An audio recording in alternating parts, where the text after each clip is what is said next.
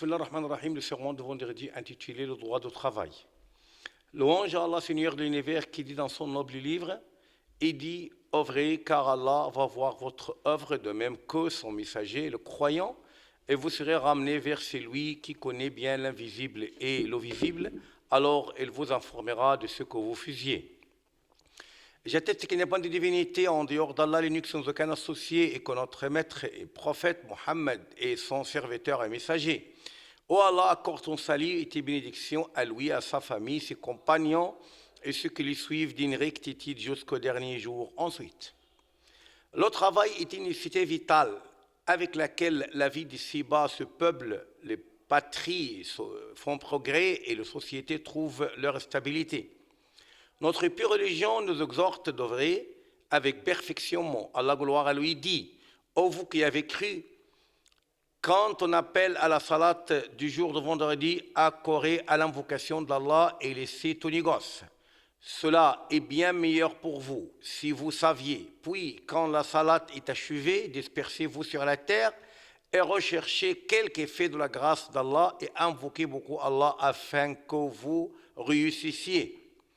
Il dit également, c'est lui qui vous a soumis la terre, parcourez donc ces grandes étendues, mangez de ce qu'il vous fournit, vers lui et la résurrection. Le prophète, salut et bénédiction sur lui, dit, le meilleur gain réside dans le négoce sincère et l'œuvre manuelle. Il dit également, il vaudrait mieux pour l'un de vous de collecter et porter sur son dos des balles du bûche que de se livrer à la mendicité, soit on lui donne, soit on lui prive. Allah, gloire à lui, dit, tu ne te trouveras dans aucune situation, tu ne réciteras aucun passage du Coran, vous n'accomplirez aucun acte sans que nous soyons témoins au moment où vous l'entreprendrez. Il n'échappe à ton Seigneur ni le poids d'un atome sur terre et dans le ciel, ni un poids plus petit ou plus grand qui ne soit déjà inscrit dans un livre évident. Il dit également, et certes Allah vous observe parfaitement. Le prophète, salut et bénédiction sur lui, dit, certes Allah, gloire à lui, aime que lorsque l'un de vous mène une œuvre, qu'il la perfectionne. Donc négliger ou miner l'œuvre avec l'indifférence est une désobéissance à Allah et à son Seigneur, sallallahu alayhi wa sallam, un manquement à la responsabilité, un pic à démolir et un gaspillage de potentialités et richesses du pays auquel il faut faire face. Allah, gloire à lui, dit, ô vous qui croyez respecter les engagements, il dit également, et vous croyez ne trahissez pas Allah, ni le messager, ni vos responsabilités, alors que vous en êtes conscients. Le prophète, salut et bénédiction sur lui, dit, la parabole de celui qui observe les ordres d'Allah et celui qui les viole, est celle d'un groupe d'hommes qui font tirage au sort pour monter un bateau. Certains entendent gagner la partie supérieure, les autres la partie inférieure. Pour prendre de l'eau, ceux de la partie inférieure devraient monter à la partie supérieure. Et se dire, il ne vaudrait mieux de creuser un trou dans notre partie pour prendre de l'eau, sans avoir besoin de monter. Si ceux de la partie supérieure les laissent faire, tous les passagers seront noyés. Si ils les empêchent, même par la force, ils seront tous sauvés.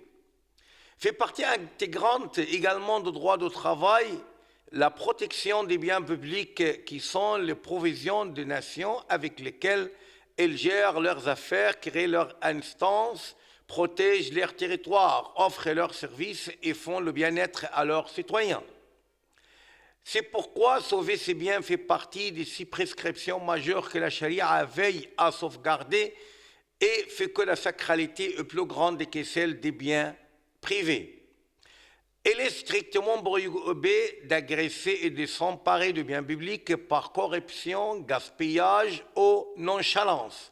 Allah, gloire à lui, dit, quiconque s'en approprie, c'est-à-dire le butin, c'est-à-dire qui font partie du bien public normalement, viendra avec ce qu'il sera approprié le jour de la résurrection. Alors à chaque individu, on rétribuera pleinement ce qu'il aura acquis et ils ne seront point lésés.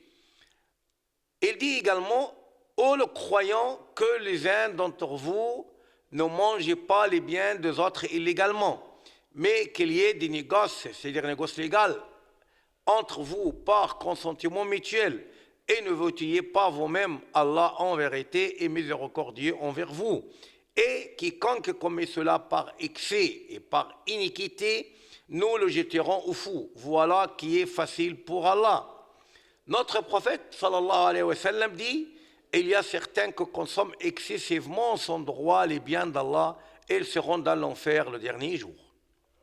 Louange à Allah, Seigneur de l'univers, que le salut et bénédiction d'Allah soit accordé au prophète honnête, à sa famille, ses compagnons et ceux qui le suivent d'une rectitude jusqu'au dernier jour. Parmi les aspects de droit du travail est le fait de chercher à réaliser l'intérêt public de la communauté loin de l'individualisme et de l'égoïsme et de passivité, de toutes les formes de corruption, de piston, de fraude, de falsification, de dol, de manquement au droit de travail ou d'autres vices malins. Allah gloire lui dit, et ne se met pas la corruption sur la terre. Il dit, et Allah n'aime pas la corruption. Notre prophète, salut et bénédiction sur lui, dit, tout est cher développé du gain illicite n'entrera pas au paradis, c'est plutôt l'enfer qui la mérite. Quiconque perçoit donc le salaire sera interrogé de sa performance de travail. Il doit donc mener son travail à sa bonne fin. Oh Allah préserve notre Égypte et on élève le drapeau dans l'univers. Wassalamu alaikum wa rahmatullah.